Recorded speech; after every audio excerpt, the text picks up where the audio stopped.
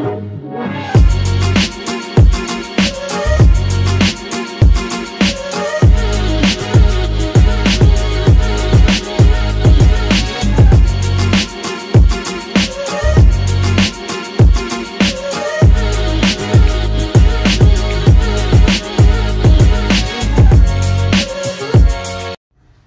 araw mga buddy. Welcome to my YouTube channel. Sa ngayon mga buddy, mayroon akong isi-share sa inyo mga buddy. Isang trouble na isang trouble ng transmission. Yung high and low mga buddy, ayaw gumana.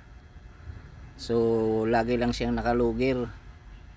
So bali ang sira niyan mga buddy ay yung valve lock ng mandiesel yan mga buddy na sasakyan.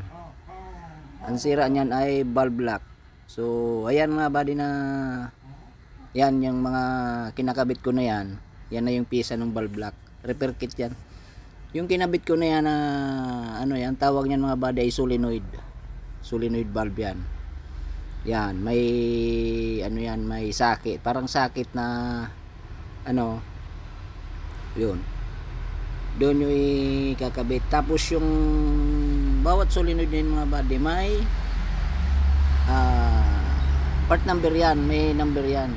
Kailangan kung saan mo siya binunot, kung anong number, yun din ang papalitan mo. So bali yung pinagpalitan ko na yan nung nandito sa gilid, yung 5 piraso na yan, yun na yung luma. So yan na ikabit ko na yan, bago na yan. Ayan. Tapos lalagyan ng may o-ring yan sa may dulo, kaya lalagyan ng grasa para hindi siya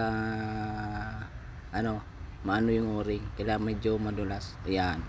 Tapos yan ikakabit na yan dyan sa housing ng valve lock. Yan.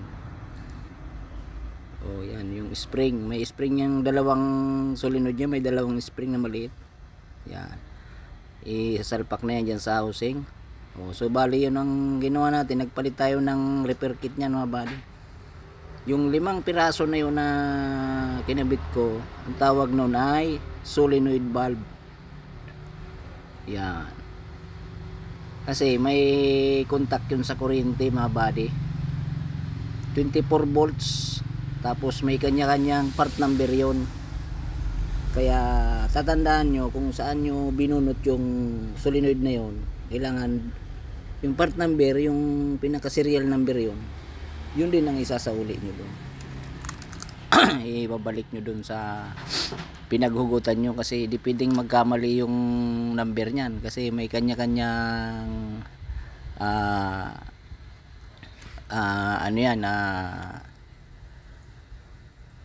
tawag ito, may kanya-kanya silang power. Yung pinaka switch niyan doon sa kailangan tugma doon sa solenoid na tinanggal mo yung luma. So bali ang sira niya mga buddy, sumisingaw na yung valve lock na yan. Kaya pag sumingaw yun doon sa may tapat ng may pinaka breather yan sa ilalim, pag sumingaw doon sa breather niya, ibig sabihin sira na yung solenoid valve niyan. Yung mga o-ring yan, so yung pinalitan ko na 5 piraso na yun, yung solenoid valve ng laman yan. Tapos may mga may piston din yan mga buddy. Yan, may o-ring din yan. Yan. Yan, piston yan. So yan, may o-ring din yan, maliit lang. Yan. Tapos may spring yan na maliit din na tama dun sa yun yung magtutulak dun sa piston para mag-lock siya. Ayan. Tingnan nyo na lang mga buddy yung video para makuha nyo yung yan. Yun, may spring yan dun sa loob. Tapos ayan yung piston. Yan, lalagyan natin ng grasa.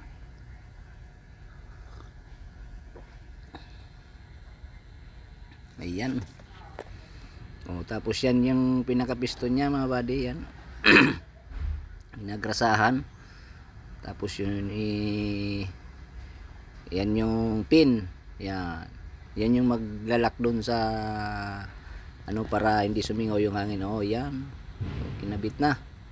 Oh, yan. Kailangan ano, yan. Panoorin nyo hanggang matapos mga buddy, kasi ikakabit natin yan doon sa transmission. Baka nasimbol ko na yan, pakita ko rin yan kung saan nakakabit. Sa ibabaw ng transmission yan mga buddy nakakabit, doon sa may selector. Yan. Ayan naman, packing yan. May packing din yan dyan na yung parang wheel seal. Yan. Yan naman yung may fork yan dun sa loob. Parang piston din yan. Tapos pagka nag-shift ka ng high, tutulak niya yung fork doon para umatras yung shafting para mag-shift ng high gear. Yan. Kaya papalitan din yung packing yan. Yung matigas nga lang yung pinakano ng packing niya mga body. Parang pag tinignan nyo, parang wheel seal lang siya pero matigas. Guma siya na ano, matigas. Alam nyo yung packing mga body yan. Kaya mahirap din tanggalin yan. Yan. Medyo nahirapan niya si body magtanggal niya, no? So yan, tanggal na natin. Bali dalawa yan, magkatalikuran yung pinaka packing niya. Yung labi ng packing yan, kailangan kung paano nyo tinanggal, ganun din yung pagkabit para hindi siya sisingaw. So yan. Ayan. Tapos lalagyan din na, ibabalik natin yung packing niya. Medyo yan, matigas nga, oh. Hirapan magkabit si body, oh. Ayan. Kailangan gamitan ng ano yan, gagamitan yung ni body ng ano yan, ng wire para mailagay yan. Yan kailangan may ano yan para pumasok doon sa groove niya. O yan, ginamitan na ni body ng power tools. Yan, wire lang ginamit ko dyan, oh. Kasi mahirap i-push ng kamay-kamay lang. Tapos yan yung pinaka ano niyang plastic na yan. O yan. O so tapos. Kaya kailangan gamitan ng power tools yan. Tapos yan. So buo na. Buo na yung ating valve lock. Yan, kakabit yan dyan. Yan. O yan, dyan man yung nakakabit. So yan, bali buo na yan mga body. O yan, kita nyo. Oh, yan. Kaya pagka na-trouble nyo yan sa man diesel, pag na hindi na siya mag-shift ng high, sumisingaw na yan dyan sa breather niya, sa ilalim. May singawan yan dyan. Hanggat sumisingaw yan, hindi yan mag-shift ng high. Kung naka-logger lang siya, logger lang siya. So, yun ang trouble niyan. Magpapalit kayo ng repair kit niyan. O, yan. Buo na. Okay na. Yan. Valve lock. O, kaya mga laman yan, mga solenoid valve. So ayan, ay kinakabit na yung body dyan sa transmission. O, nakita nyo, ayan mga body, oh.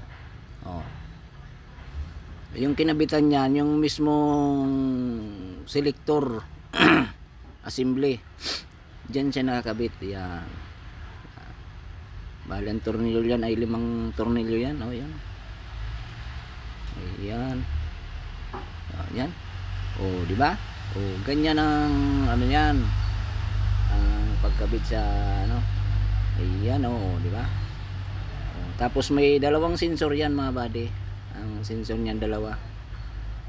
Kakabit natin dyan yung sensor. Ayan. So bali yung sensor na lang kakabit yan, yung may kulay dilaw na yan, yan yung pinaka sensor niyan. Sakit lang naman niya sa salpak dyan.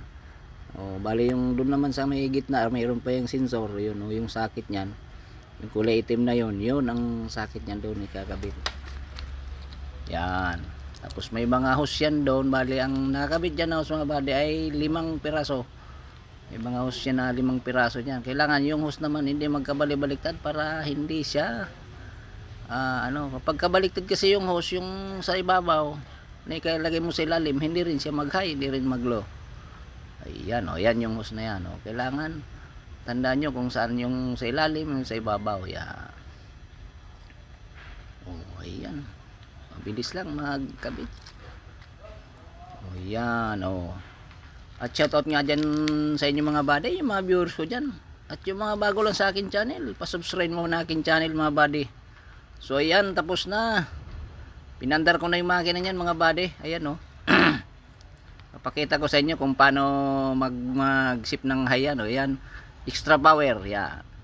Yan. Pag naubos yung cambio niyan, sa rektahan, pwede mo siyang gamitin. Hanggang 16 speed yan. Yung pinaka extra power yun, yung maliit na yun. Tapos, ayan naman yung logger. Ayan oh, yung kulay puti niya sa may neutral na letter N. Oh.